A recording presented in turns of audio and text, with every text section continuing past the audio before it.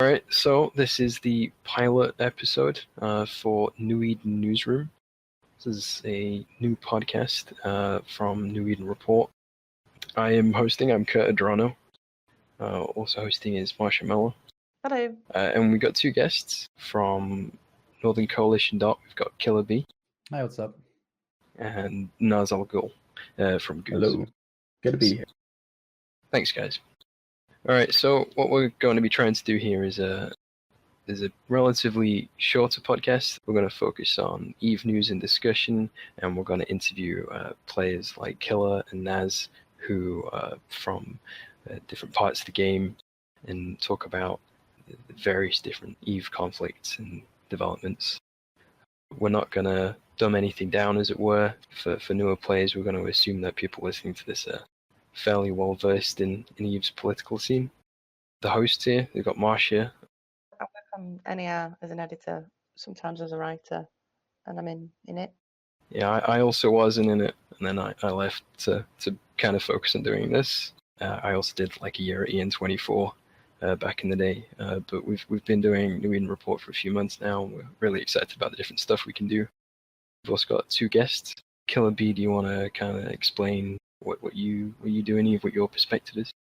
Well, I do fleets mostly, and well, yeah, that's pretty much what I do. I do fleets. I kill people in game. All right, thanks for clarifying. I'm not convinced. All right, Naz, do you want to explain your perspective a bit? What you do in EVE? I am the Supreme Inquisitor of the Imperial Ministry of Truth. It's a prominent sort of styled ranking. I do a lot of propaganda for the Imperium and the Goon Federation, and I really like to write my shitposts on Reddit. I mainly work for the Ministry of Truth as a propagandist, and I help them out as best I can. We're going to interview our guests in a bit more detail later. First, we're going to take a look at the news in the game. In the Southern Theater, in the past week, we've seen a few developments. Pandemic Legion and Horde have both left, and they've gone to help reinforce the north, so they've left the south there. In fact, some indicators suggest that NCdot have also moved their capital caches northwards. This leaves the Eastern allies kind of on their own a bit against Legacy. Now, they've also anchored a number of fortizars within Faith Abolis and are carrying out a harassment campaign against kids with guns. There are Renter Alliance. You've probably seen them in the news in the past few months with their with the 8 Nixes which were trapped. Legacy is grinding forward in Tenerifis. So, despite quite a bloody Intosis warfare and resistance, they've very much got the upper hand at the moment. Eastern allies are mounting mass intosive offensives right now into Legacy space, but due to the time zone difference between Legacy and the Eastern allies, these operations aren't really being followed up. So those timers are kind of expiring, and those TCUs are kind of surviving there in the iHubs and such. They're not really being destroyed. Pandemic Legion, Black Legion, and Wintercoat subcapitals are currently really harassing Esoteria, but whether these operations are really going to work out is kind of questionable, as that's also where Legacy's supercapital fleet is staged. It is their home region. Slightly further north in the east, there's Ethereum Reach. This is kind of home to a quiet war as such, where Centipede Caliphate and Prothean Alliance and Unspoken are kind of tangled in a war. Although Prothean are on a different TZ, they're in Russian time zone compared to the enemies who are in US and EU time, so they're kind of time zone tanked, which has led to a rather extended war. They're bringing in different allies at different points. Right now, Brothers of Tanger have involved themselves, although it's they're kind of struggling a bit as they are mostly a renting alliance. Now, that's the Southern Theater. There's also the northern part of the war, or more western rather. The Imperium won in X47. They destroyed the staging Keepstar there and managed to exchange about 2-to-1 Titans. The NCdot supercapitals have restaged to DO6 H-Tech Q Keepstar before that point, however. So I have to ask Killah here, did that quite affect the X47 there having to restage a bit? Did the restaging impact the timer? Yeah. No. I mean, it's a better staging to begin with. I think I talked about this with Jay on the INN broadcast or something. DO6 is technically a better staging anyways, but we didn't really want to lose our staging Keepstar, obviously, either. The restaging had nothing really to do with whether or not it was going to die.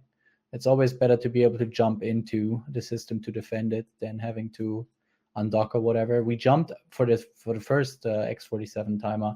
We also jumped all our shit to DO6 and then jumped it back in to fight over the armor timer. So it's a pretty common strategy. You don't want to have your shit stuck in system unless you can Sinogem it. Yeah, okay. That makes sense. So the fighting right now has also moved into Fade in the 7X TAC X1Y constellation. The fighting is ongoing and is currently leaning slightly in the Imperium's favor. GOTG, or Dead Coalition, as they've rebranded, their tributary alliance French Connection, has been evicted from their territory in Pure Blind. The Imperium have also targeted the Aunenen, I don't know how you pronounce that. Oh man, these names. Sanctuary Keepstar. That's the logistics hub for the northern bloc to buy supercaps in Losec. They're currently evacuating from it, and it doesn't look like there's going to be a defensive effort at this point. You able to comment there at all, Killah Bee? I don't think Losec is important personally. I don't Same. know. I don't know where you get the idea that it's a logistics hub of some sort. If we build our Keepstars and we sell them in our own Keepstars and not on the public one. Usually what our builders used the Aunenen Keepstar for was to sell excess super carriers or titans, basically stuff they built that didn't sell internally. They ended up putting on market in Aunenen, and that's as far as the purpose goes of that Keepstar. And I think it's a remnant of an old project that was, that a whole like New Eden network, whatever the fuck it was called, trading network. That whole thing started around the time when casinos were still a thing. It was an I1ISK project at the start, or it was a project of two bankers at I1ISK, and then it kind of was given to favor when those said bankers quit the game after the casinos were banned and all that stuff, or mostly quit the game anyways. That keeps us one of those remnants things that's basically left over. Same with the Mallow one. But yeah, just like the Kanaka Keepstar or the Aishi Keepstar, I personally have absolutely no interest in going to defend in defending any of the Losec assets at all, because I think Losec is a piece of trash. It should be deleted. If I'm not doing it, nobody's doing it. So that's pretty much the situation with that Keepstar. You can always join us in killing the Keepstar. We'll do some join ops. We'll be allies. Oh goodness. That is the same one that's Matterall's Keepstar, right?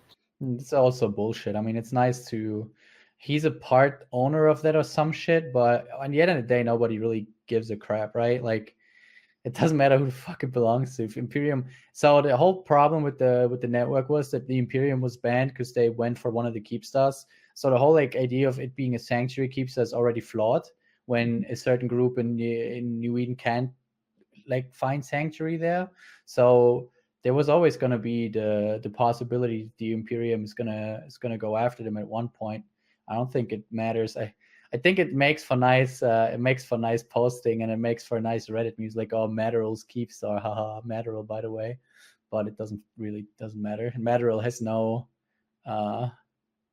meaningful assets in that way. Does it matter all or nothing at all? He's a line member in NCdot. Yeah, I think that was kind of stunted the whole neutral aspect to it. I don't think it's going to work with it being controlled by individuals who live in one power block. Well, the original idea, I was actually part of the original idea of it, the early schemes and everything, when I was still rich from my casino money that obviously I don't own anymore. But I was part of that, and the original planning was actually to keep it 100% neutral, but then, people happened, and the Imperium killed the one that they tried to deploy, and I don't even know where it was. I can't even remember. Somewhere in the south. And then after that, Faye, I don't actually know who made the decision. I think it was Faye or someone made the call to like ban the Imperium from the network. And that was pretty much around the time when I realized the whole project was dumb and didn't really have any future to begin with. So I extracted myself from it. And from that point on, the whole like project kind of started falling apart. I mean, pretty much with the point that all the casino money was taken from the game was when that project was dead anyways, because there was just way too much money we were planning around with that was just not very feasible to do after the money was gone.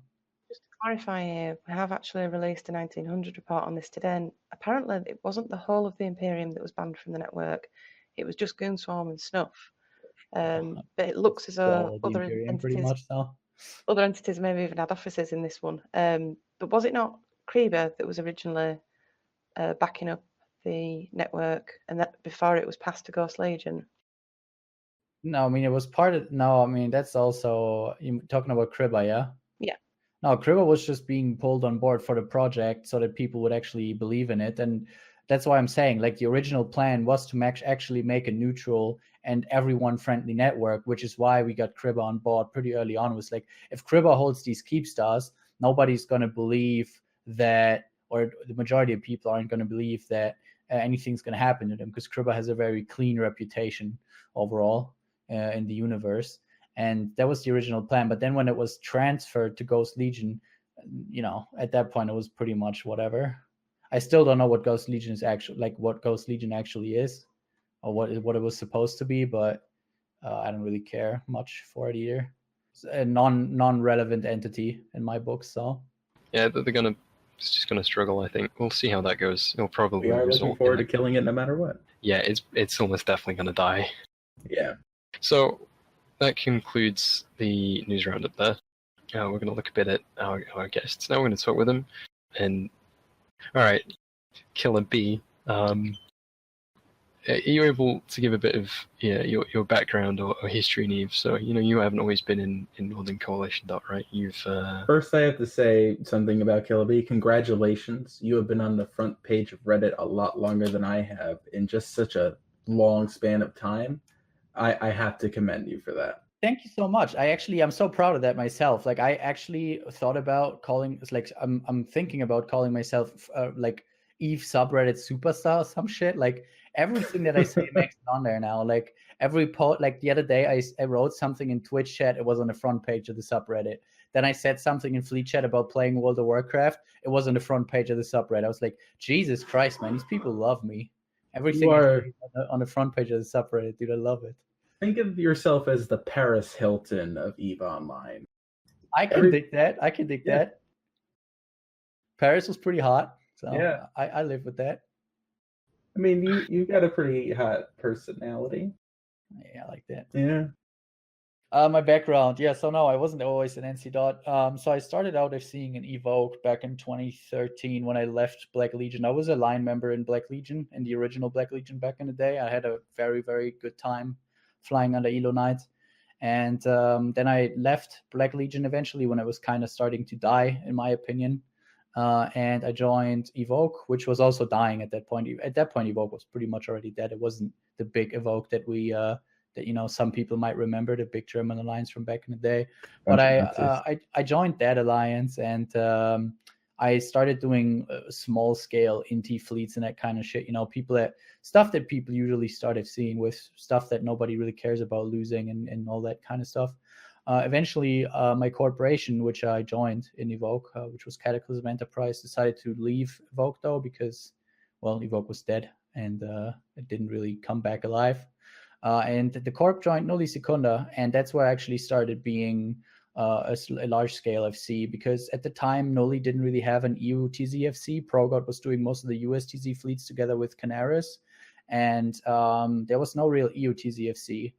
And that's why they pretty much, after I proven myself to be not completely stupid, they kind of handed me the reins to everything straight up. So I was very lucky in my FC career, as in that I managed to skip any kind of like graduation process or whatever. I basically joined as an Inti FC, and within 2 months of being in Nulli, I was campaign commander, and I was in charge of FCing super caps and, you know, big subcap fleets with 200 people in it and stuff like that. I handled it pretty well. And when Noli was then evicted by PL back then, PL made a, PL had a pretty strong pull to me, or PL has always had a pretty strong pull towards me. I kind of always wanted to be in PL, and they approached me. There was a couple of FFCs. I obviously Ron Mexico, who was still active back then. He approached me because he was in Black Legion as well. And Farah Saloni, who used to be an EUTZFC at the time, they both approached me, asked me, hey, why don't you come join PL? We would be interested in having you. And I just didn't, I couldn't really refuse that offer pretty much. So I accepted the offer. I took the corporation I was in. I want to clarify, it was not my corp, but I basically told the CEO of the corp at the time, hey, dude, we could get and join PL at the, right now. And, it's kind of like being asked to play in the Champions League sort of thing. And then, there was the CEO of my corp didn't really have to think much. He kind of just said, yes, okay. And then my corp joined PL back in 2015, early 2015. And then with PL, I really had my my career like sort of become public as well. I would consider myself a very good FC Noli. The fleets I did in Noli were really good. We had a lot of fun fighting Stainwagon until PL arrived, and there was some really, really good fleets there. But obviously in PL, I kind of stepped into the public a bit more, and then World War B happened, or the Casino War. And, Definitely Casino War. And, when that happened, I started becoming the personality that I am today somewhat, because that gave me international sort of coverage. I started working together very closely with other alliances like NCdot, which I had not worked with together previously, even though I was in PL. At the time, I mostly did like my independent PL fleets. But yeah, then I pretty much started working together with everybody. We did the whole World War B thing, and then that's where I pretty much am right now. I stuck around with PL for I joined in 2015. I left at the end of 2017. I left in November 2017. And I joined NCdot. The main reason for me leaving PL and joining NC was that the course that PL decided to go kind of changed a bit. And I personally had trouble getting behind the course that PL was taking. I wasn't really getting along very well with the campaign commander at the time, although we have managed to bury that hatchet by now. But still, I had some trouble with his approach on how to run a campaign and stuff like that. And me and Vince, we always got along pretty nicely. Vince and I, in terms of like what we think about EVE politics and EVE strategy and stuff like that, we're pretty similar, and we got along pretty nicely. So it was really the best option for me to just go and join NCdot, and that's what I did. And I've been in NCdot since then. So I've been in NCdot like 9 months now or something. Yeah, pretty much 9 months, and I'm very happy here. Good alliance. In terms of the current campaign, would you consider yourself the main lead for that? Yes. And before that, during World War B, was that your first major campaign at that level? I mean, on that huge like World War B in terms of the entirety of EVE, yes, I did. I was also the campaign commander in Noli, and I was in charge of the defense of Esoteria versus Stainwagon back then. That was when the N3 was still around, and Stainwagon at the time tried to push in from Stain and try to take Esoteria, and I was basically in charge of the defense of Esoteria and Faith Abolis. And that was my first actual campaign as a campaign commander, but on a like huge scale, World War B was probably my first, yeah. And I've been campaign commanding ever since. I did also mostly campaign command the defense of the North when Goons came to Aunenen back in 2017, August 2017 or something. That's just kind of what I do. I like that. Nice. You mentioned there that you left PL over differences with the campaign commander, the direction there. Now PL has gone on to do a couple of things since then with the deployment to the southeast, and before that the deployment to Pravi, where they kind of burnt it all to the ground and then left quite quickly when Tesco involved. Would you have would you have done those things differently then? Is there would you have handled those things? How would you have approached those situations if you were still at PL? I don't know how they handled them because I wasn't a part of PL anymore, so I don't know how they handled them or how it worked out. But from my point of view, it worked out pretty nicely for them in terms of fun for their members. You can, there's obviously there's a lot of argument about was it worth it at all, because they went there, took those stations for those faction forts or not, and then they get taken away again and yada yada. But I don't know. I think I do try to keep it a bit more simple in my head. I don't think that much about it. I think for PL itself, and that's also part of the reason I left PL, because while the new campaign commander was in place and he was in charge, I still tried to do my style of leading fleets and my style of approaching the campaign, and he was fine with that. He didn't really tell me, no, Killah, you can't do that anymore. I just kind of did my thing and he did his thing. We both worked towards the same goal, but his approach was way better accepted by the member base. And then I just realized, okay, so clearly there's a difference between what I like, how I like to play the game, and how the PL member base likes to play the game. And that's why I decided to move on. So I think, like I said, you can argue the success or whatever. It's probably also a little bit of a propaganda thing at the end of the day. But I think for PL, it worked out. Their numbers are doing good. They're doing fine in terms of what they can field. They've been doing good ever since I left, pretty much, ever since I kind of just gave up and told them, okay, you do you. And, their numbers went up pretty nicely after that, and they're doing really well right now. And at the end of the day, I profit off that too, because now I have a stronger ally than to work with, being an NCdot, than I had before being in PL. So, right. It's pretty good. All right. So, especially recently, speaking earlier, and you mentioned that a lot of what you're saying is getting onto Reddit, particularly the quote about faction titans docking. Do you think that sort of, because it isn't always positive PR, it's often quite critical of you. Do you feel that affects morale, especially line member wise? Do you see much of a need to tackle that sort of stuff? No. So I can only speak for NCdot again. I don't know how much it affects that coalition or CU2 or anyone else in the north, or the Hortlings, the Beans. But in terms of NCdot, the dudes are pretty much having a blast making fun of me, and that's pretty good.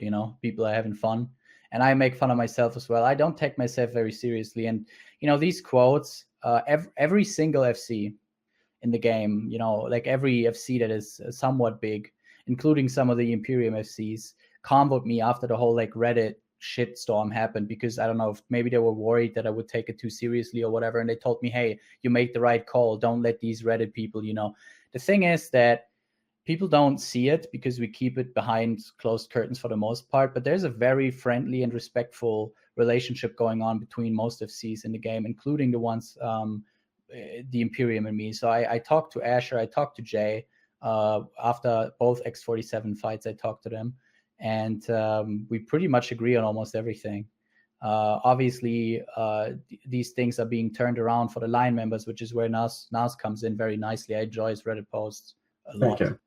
I do enjoy them a lot. That's where people like Naz come in, because you can turn this around, these things that happen, and you could present them to your members in a way that just gets you people locked in and motivated, right? The Imperium members are having a great time when I chat with them in local, and oh, look, it's Killah Flea, and they're having fun, and that's at the end what they're trying to achieve with that propaganda, and that's cool by me. I don't mind being the origin of fun, because I know that the people, I guess what I'm trying to say is, the people whose opinions matter to me, those are not critical of me at all. And most of those people, like I said, agree with me that I made the right call. It was the right call, and yada yada. And as long as the people that I care about agree with me, I'm fine if all of Reddit and all of the Imperium line member base is having a good time just making fun of me. That's cool. It's actually a good thing to know. He is correct in that, a lot of the leaders of coalitions and alliances are, very cooperative, very cordial with each other in the background. They like to talk to each other. It's not like they're at each other's throats all the time. So it's good to know that, people are civil. we should be civil to each other, at least out in like private comms, of course. Don't take the partisan stuff too personally. I think anybody who's sort of keeps an eye on the meta and actually listens to interviews and podcasts has probably heard Asher and Killah and Jay speak. And that relationship's evident because they were talking about convoying each other before a fleet and joking around after a fleet. And I suspect even the line members that really have been around for a while know that's true. But is that a kind of attitude that you've had to learn over time? I mean, have you seen periods in the past where that wasn't the case, but it is now? Yeah, for sure. I think you obviously you have to make yourself somewhat of a name, especially as a new FC. It is very hard, or like as a smaller scale FC, it's very hard to impress the bigger FCs, and then they tend to just shit on you and make fun of you in a more serious way than we do it. But I think, and I don't like to talk about it too much because it starts sounding like a cool kids club of some sort or whatever. But what I'm trying to say is, at a certain level of, once you reach a certain level of being NFC, there's this universal respect for each other of some level, and that it's just it's kind of like a what do you say, a sportsman attitude. I don't know how to say it. Like, it's basically like rival sports teams that don't really hate each other. They are good sports, essentially. Yeah, we're both, like, for example, Jay and me, we're both professionals, so professionals, quote unquote, professional EFFCs, and we fight in opposing teams, but we respect each other for what we do. We know how much work goes into it, and it's something that not a lot of people know. FC and campaign commanding is a ton of work, and that alone just creates some respect for each other and the work that the other one's doing as well, that nobody can really take away, no matter what happens. Okay, that's quite a bit of insight there. I wasn't quite aware of sort of the background relationship. Oh yeah, not even like just FCs, but like higher up commanders and higher up politicians. Even the Mittani will get along very well. He's very amiable with rival alliances and their leaders, especially the major ones that interact with each other on a daily basis. Right. All right. Okay. So moving on, because I think we are pushing time a bit. Naz al-Ghul, or Naz al-Ghul, as you have Naz al-Fool. Oh goodness. Okay. So are you able to give us your background and history, Neve? Well, I'm not quite as storied as Killah Bee. I've actually just started about 2 years ago playing EVE Online. I try to get into it every so often, but the only friend that I had that played it was a high-sec Care Bear, and I got tired of it after like 4 hours of mining. I joined it later through low-sec, through very small and very short-lived alliances and corporations. After a while, I wanted to join nullsec because there was this big war going on. It was just wrapping up. I joined Karma Fleet briefly, but I didn't really get it at first, and I went back to low-sec for another month. Then I joined Wildly Inappropriate while we were in SOCT and, preparing to ship ourselves to Delve into DTAC-W. And just, I liked the culture. I liked everything about it.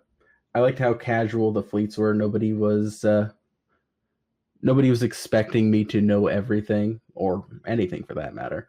And I just really liked the environment. And I wanted to figure out a good way to give back to it. Because, honestly, I wanted to be as much a part of the community as anybody else. So I wanted to learn how to FC. Didn't really do that so well. Even in Mini Love, I actually killed a freighter, which was nice, but I didn't really care for the FCing thing, so I found my way into propaganda. I joined the Ministry of Truth after an 8-month hiatus from EVE Online, and I started making propaganda, the more serious ones rather than the Reddit shitposts. The first one was Our Imperial Legacy, and it was partially the work of Vulcans and Paramedic and Denominate, to make the Darth Naz al-Ghul persona come to life. And it's just cascaded from there, and I guess I'm just one of the more visible propagandists in the Goon Swarm. Yeah. So before EVE Online or even Goons as a as an EVE Online presence, did you have much history as far as posting is concerned? It's quite reminiscent of, old naughty style, something awful, satire. Do you have a history posting at all? It's actually kind of funny because I never posted before EVE Online. It wasn't the same. Nothing else offers the same environment as EVE Online for ship posting, and I never got something awful. I always lurk there, but I don't know how to get into that. Get into one of the threads. I didn't even actually like Reddit up until the time I joined Goon Swarm. So EVE Online has really been literary inspiration for me to start making things, whether it be about Killah Bee or just some dude who trash talked the Mittani because he didn't want to vote in the CSM. Or if the Earth is flat and CCP is trying to hide it. I actually saw you when you very first came onto Reddit and started posting, and I was like, I immediately recognised it as something awful style posting and started voting it. So you've kind of come in on this wave of new Minitru posting, and it's not that they weren't doing stuff before, but it definitely feels like a resurgence, especially between what yourself is doing and what Paramimetic is doing on Aunenen. Are you able to comment much at all to that?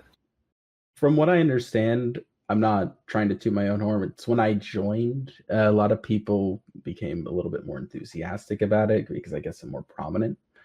But it was already like coming back. They were already talking about multiple plans, and they had this speech in mind, and that was the Art Imperial Legacy. Minitru has definitely become more coordinated, more team-oriented, and has encouraged people to come up with their own ideas and even create their own projects for themselves. Nobody has any oversight. You can do whatever you want. It's a lot of fun, really. And you can ask for help, especially Wolkins with his sound design. He's fantastic. But yeah, Minitru has just seen an upswell of activity. And I like it.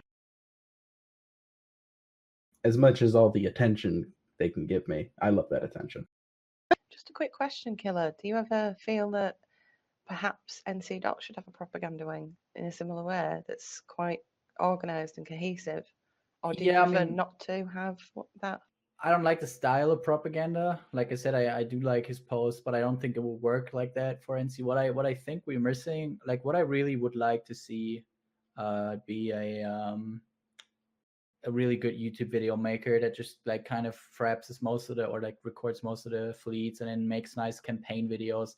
Test had this really dope campaign video, and then also some other alliances. Volta had a really good one, and we had stuff like that in PL. We had this obviously almost everybody saw that will be video from Joachim Weiss on YouTube, but got voted for like a lot of shit. That kind of video I think is great, and I sometimes miss that in NC. But unfortunately, it's nothing we can magically make appear. I've been posting on our forums for a while now. Been asking for people, hey, if you're good at making videos and you're in a lot of fleets, please, talk to me. Obviously, we'd be willing to maybe compensate people a little bit with ISK and shit like that. But unfortunately, there's nobody that's really stepping up on that area. People are probably busy doing other stuff.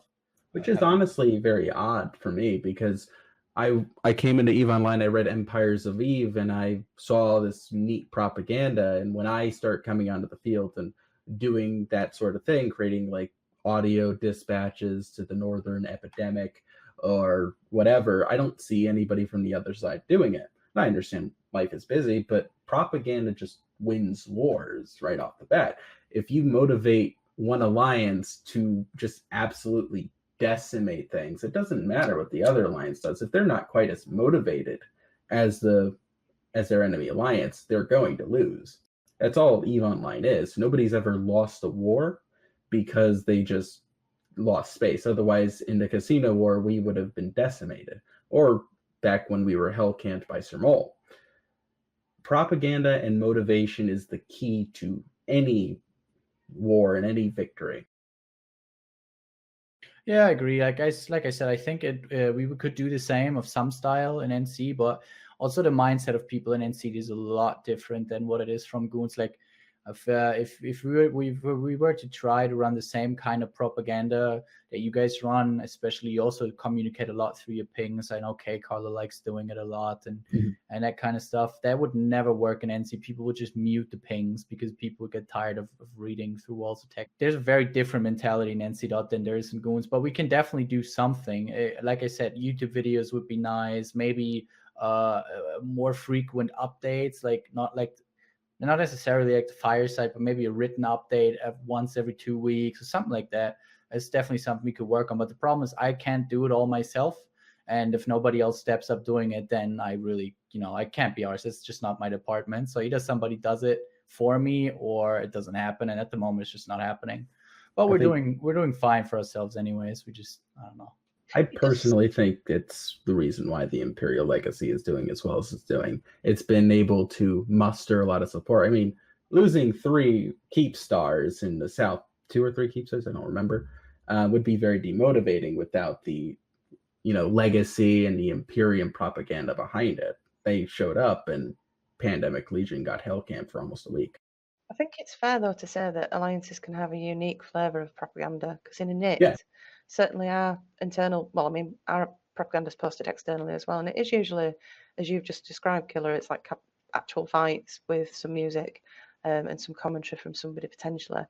And like our internal alliance updates, they're kind of old school, but they're sort of semi-serious. They're not, you wouldn't say that they're such propaganda in the same style that Goon Swarm do it. And I think it's a shame, because there are some groups like Circle of Two and Guardians of the Galaxy that I think potentially get basically downvoted off of Reddit a lot, because they don't actually have an active propaganda wing. I know recently I've heard a rumour that there's been steps taken to address that, but whether or not they will break into it properly just means at the moment those line members are not being heard, which is a shame. It's also a numbers game on Reddit, though, so it's tough to compete with. Now that the Imperium actually has a presence on Reddit and doesn't defy it anymore in terms of like it was 2 years ago, now that the Imperium is using Reddit for their own advantage, it's just rough because the Imperium just has many more people in than most other groups. But especially from Dead Coalition, there were some sweet pictures that some dude made for the X-47 timers. There was some nice propaganda, but it mostly circulates internally. It's not being published as much as the Imperium does it. And that's also, it was a big factor in what would be. We had the Tappy propaganda machine on our side, and the front pages of Reddit were just full of Goon, anti-Goon propaganda, and that obviously helped a lot. Like, a lot of people approached me during that war and asked me, "Hey, I saw this and this on Reddit, or I saw this and this on YouTube. How can I join the war efforts?" And like I said, I agree with Naz to some degree. I think it does play a big role in a war like this, especially in keeping your people, or like especially keeping your people logging in and stuff like that. But at the end of the day, I think that I would say it's probably like 30% of the significance of like who's winning or losing a war. If somebody's just getting constantly stomped in the fights, like constantly loses one fight after another, then it doesn't really matter how good your propaganda is, because the members, at some point, the members are going to start saying, this guy keeps posting, hey, we did great. Well, we just keep whelping and whelping and whelping.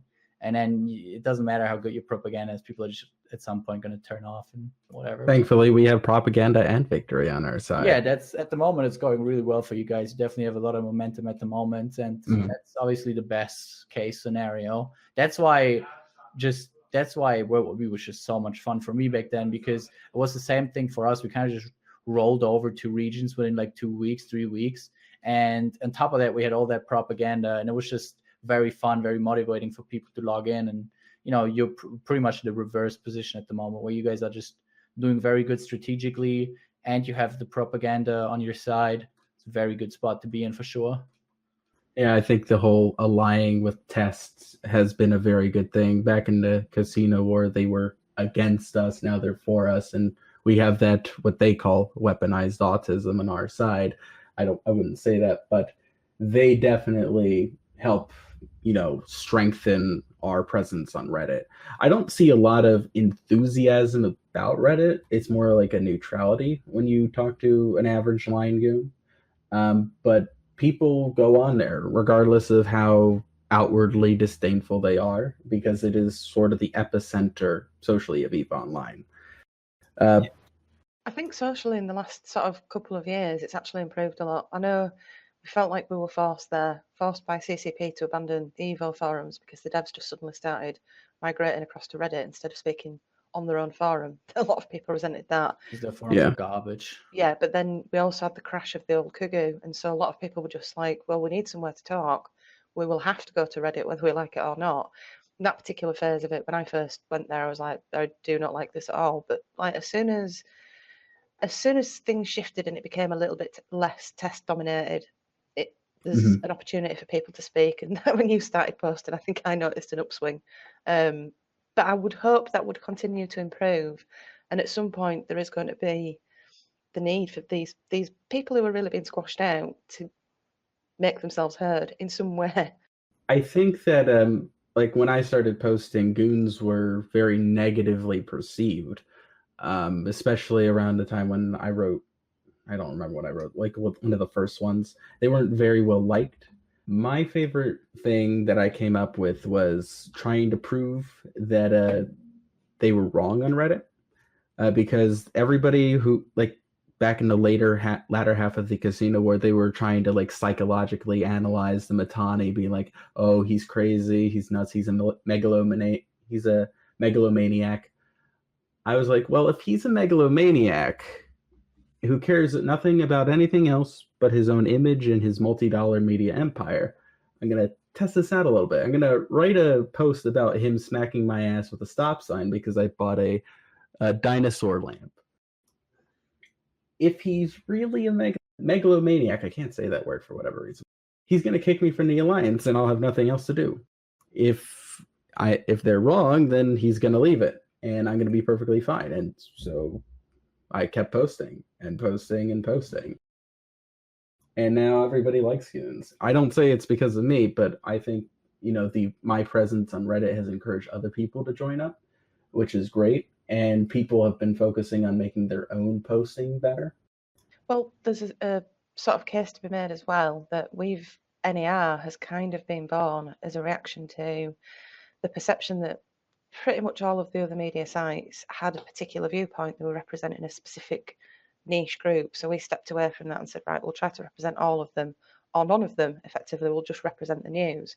Yeah. So we kind of slip up a little bit occasionally. And because we've got a very diverse staff, they all write from their own viewpoint. Then we go through and try to strip out anything we think might be controversial. But still, some stuff does leak through because these people actually play the game. So they have their own loyalties. But what we've been doing recently is producing these short clip videos that are, some of them are cinematic from a guy who already did them.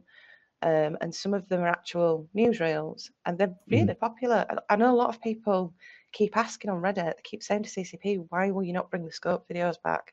Because they really liked them. And that's the kind of niche we're trying to step into to plug the gap. But it was evident that when we started posting our articles across to Reddit, people want to hear from the other side, even if they don't like them, even if they're fighting them, they still want to know what's going on without the kind of spin they get from leadership, because they can get that and enjoy it, but they still want to have a bit of an overview that's fact-based. I don't remember the alliance name. I think it was Lotka Volterra that constantly tried to have their leadership spin one way and would even ban members that would contradict their narrative. I'm actually glad that NER exists, because I think people do want to break from their alliance spin. I sort of satirize my alliance spin a little bit, but people just want to break in general, just want to know what's going on. I know I was looking for that myself, and I'm actually glad that you guys stepped in where EVE News 24 kind of failed in terms of providing neutral news, because I was looking to become a diplomat, and I didn't really have any news per se to look at, and now I can look at these slideshow presentations, these videos and everything else that tell me just what the heck is going on, as opposed to, well, this is what Gigax believes is going on. There's just a dearth of news, and I'm glad you filled the gap.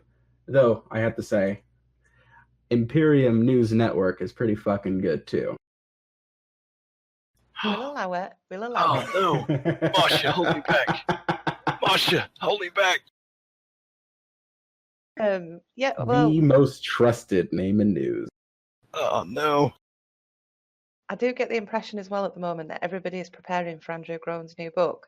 And so there's this desire for people to produce live action reports, right after action reports straight away, discuss the battles in detail because they think they're going to get quoted in the next book.